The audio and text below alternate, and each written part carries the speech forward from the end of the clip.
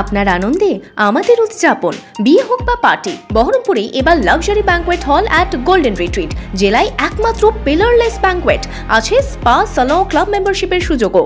বহরমপুর শিল্প তালুকে golden retreat. 28শে মে পালিত হয় বিশ্ব ঋতুস্রাব পরিচ্ছন্নতা দিবস। ঋতুস্রাবের সময়ে মহিলাদের স্বাস্থ্যবিধির গুরুত্ব সম্পর্কে সচেতনতা বাড়াতে প্রতি বছর দিনটি পালন করা হয় স্বাস্থ্য দপ্তর ও স্বেচ্ছাসেবী সংস্থার পক্ষ থেকে।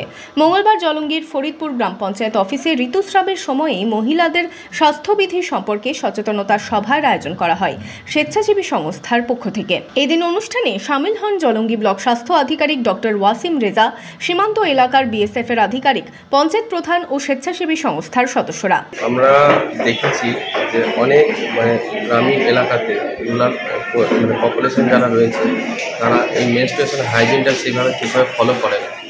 তো আমরা আজকে একটা মেসেজ দেওয়ার চেষ্টা করলাম যে এটাকে ভালোভাবে আমাদের এই হাইজিনটা মেনটেন করতে হবে, তবে একটা সুস্থ সবল একটা বিকশিত সমাজ আমরা গড়তে পারি। এদিন অনুষ্ঠানে ঋতুস্রাবের সময় মহিলাদের কি কি সাবধানতা অবলম্বন করা যায়, কি কি পুষ্টিকর খাবার নেওয়া উচিত সে বিষয়ে বিস্তারিত জানানো হয়।